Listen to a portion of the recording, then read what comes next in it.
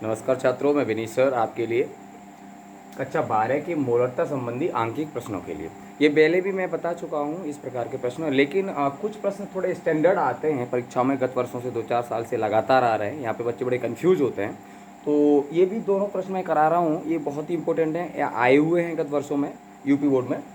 तो ये किस प्रकार से हैं, इनमें क्या दिया होता है कि परसेंटेज में आपकी विलयन की सांद्रता परसेंटेज में दी होती है, और उसके साथ साथ यहाँ विलयन का जो आयतन चाहिए होता है वो आयतन नहीं देता, क्या करता है उसको घनत्व तो देता है।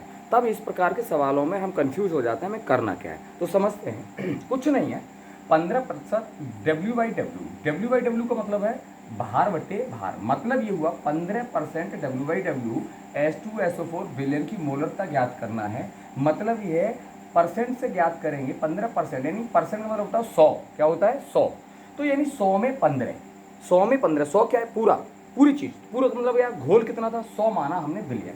क्या माना बिलियन 100, 100 में 15 जो है आपका वो H2SO4 है। इसलिए हम कह सकते हैं कि 15% डब्ल्यू का मतलब है 100 ग्राम बिलियन में। अब डब्ल्यू दिया है, वी होता तो आयतन, डब्ल्यू है तो इसका मतलब मात्रा दी हुई है ग्राम, और ये भी डब्ल्यू है इसका मतलब ये भी ग्राम दिया हुआ है। ठीक है, वी होता तो यहाँ आयतन माना जाता। तो इसका मतलब है कि 100, ये पूरा डब्ल्यू यानी 100 ग्राम बिलियन में 15 ग्राम बिलिय, बिलिय कौन है H2SO4। अब इसका मतलब ये हुआ कि 100 ग्राम बिलियन में तो बिलियन की मात्रा 100 ग्राम, उसके बाद 15 ग्राम विलेय, तो विलेय यानी H2SO4 की मात्रा कितनी होगी 15 ग्राम। ठीक, इतनी उसने दे दी, और दे दिया विलयन का घनत्व, जबकि देना क्या चाहिए था उसको, विलयन का आयतन। अब विलयन के घनत्व के रेफरेंस में आयतन निकालना है आपको, तो फॉर्मूला होता है विलयन का आयतन बराबर विलयन का द्रव्यमान बट्टे विलयन का घनत्व। मतलब जिसका आपको क्या निकालना है, आयतन निकालना है, उसी का द्रव्यमान बट्टे उसी का घनत्व निकालना होता है। तो विलयन का द्रव्यमान आपको दे रखा है, कितना दे रखा है 100।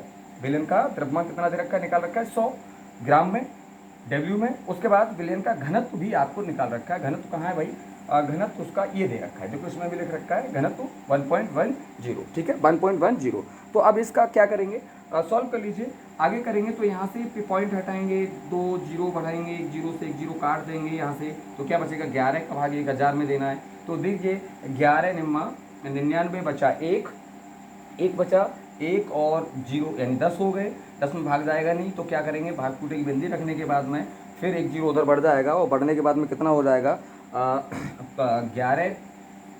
ठीक, 11 निम्मा, ठीक है बिल्कुल 11 निम्मा, और ये 9.99, फिर एक बचा 100। ठीक है, ये इतना बचा आपका 90.91 जो आपका निकल के आएगा। लेकिन क्या निकला है ये आप ध्यान रखेंगे, आयतन। और आयतन किस में है आपका, आयतन है बेटा ml में। ml क्यों कहेंगे सर जी, आपने लीटर क्यों नहीं कहा, क्योंकि यहाँ आपको ग्राम दे रखा है ना, ग्राम पर मोल। तो इसका मतलब ग्राम यूनिट क्या होती है, ml के इक्वल होती है। किलोग्राम होता तो लीटर के इक्वल होती, इस बात को समझना होता है। ठीक है, इस प्रकार से हमने क्या निकाल लिया, विलयन का आयतन निकाल लिया। अब ये आप उधर रख दीजिए। मोलरता बराबर क्या देखें, विलय की मोलों की संख्या। मोलों की संख्या के लिए विलय की मात्रा जो होती है, जो विलय की मोलों की मात्रा बट्टे सॉरी विलय की मोलों की संख्या के लिए विलय की मात्रा बट्टे विलय का अड़भार।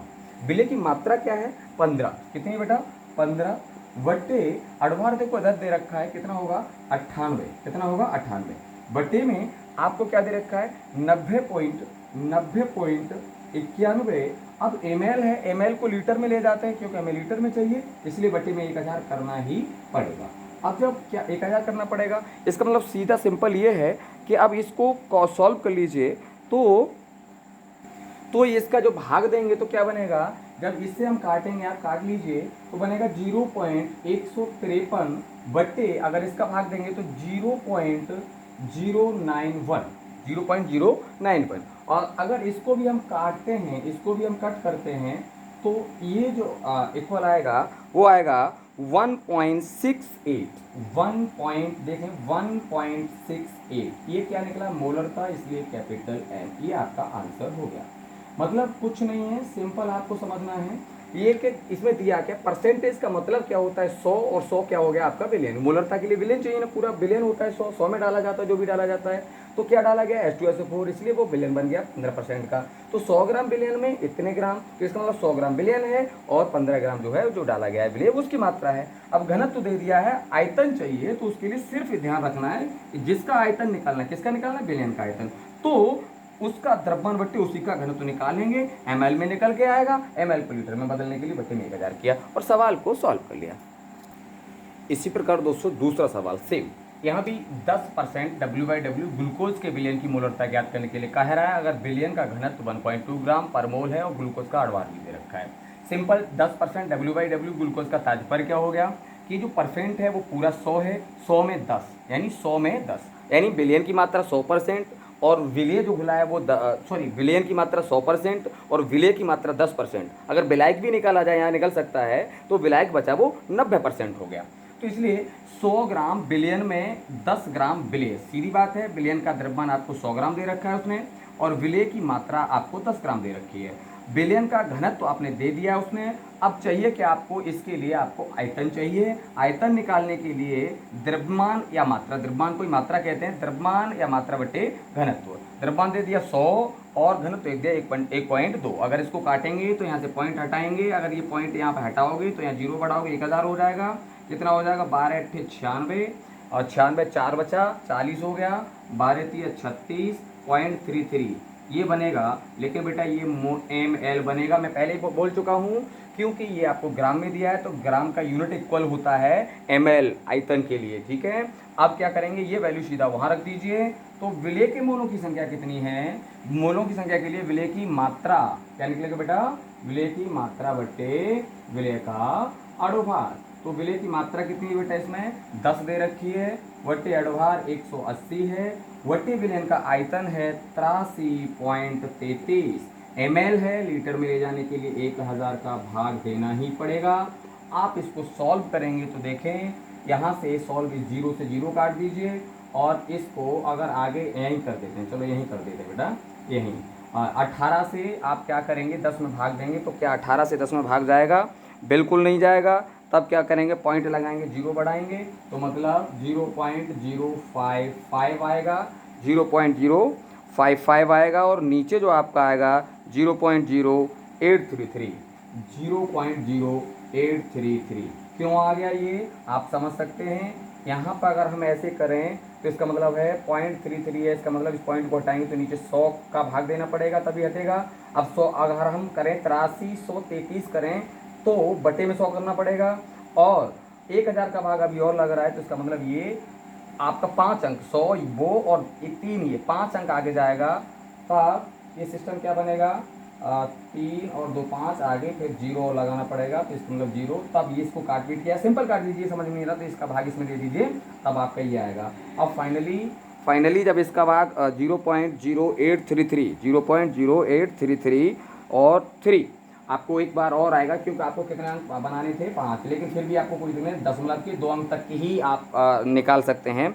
और जब इसको काट कर निकालेंगे तो 0.67 मैं लिखता हूँ 0.67 आप कैलकुलेट कीजिएगा। कैलकुलेट आपका ये हो, कैलकुलेट तो कर ही लेते हैं, वो आराम से हो जाएगा।